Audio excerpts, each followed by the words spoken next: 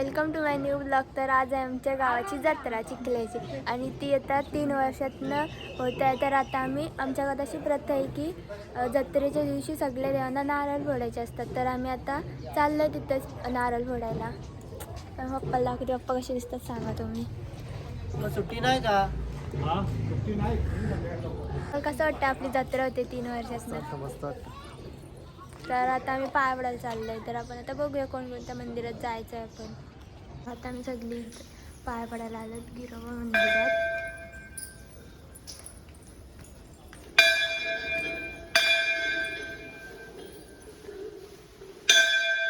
ही जत्रा गिरोबा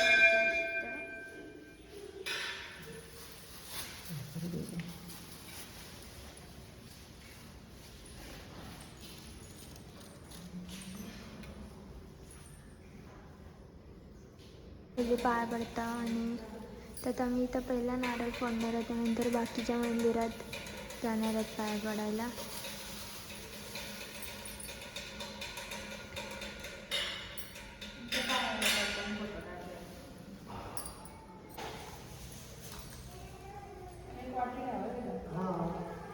आता इथं आम्ही हनुमानाच्या मंदिरात आलोय. साईडला मंदिर. दीदी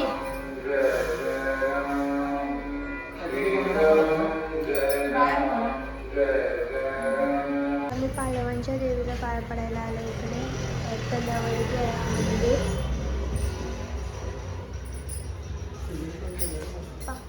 पप्पा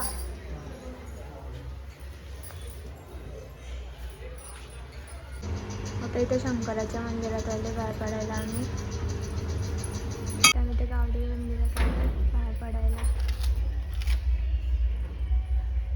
आता आम्ही इकडे त्या देवीला पाय पडायला आलो आहे. आता आम्ही घरी जाणार आहोत. पप्पा पाय पडतात. इकडे तुमची आलेली आहे वस्तू करायला.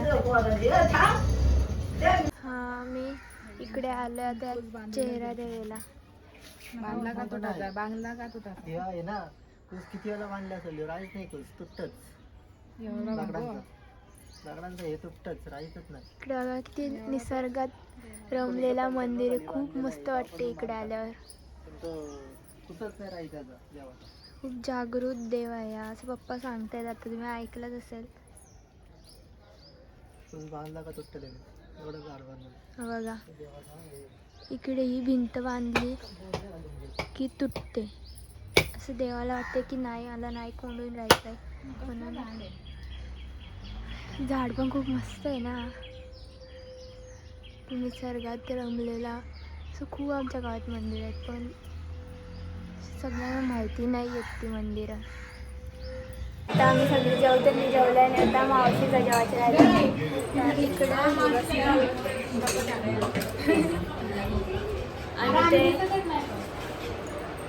रात्री बसलेत आणि आमची मामांची ही आहे आणि इकडे बाबा बसले आणि इकडं ते आमच्या इकडे जत्रेला डमरू वाजवत येतात ते पण आता इकडे जेवायला बसलेत.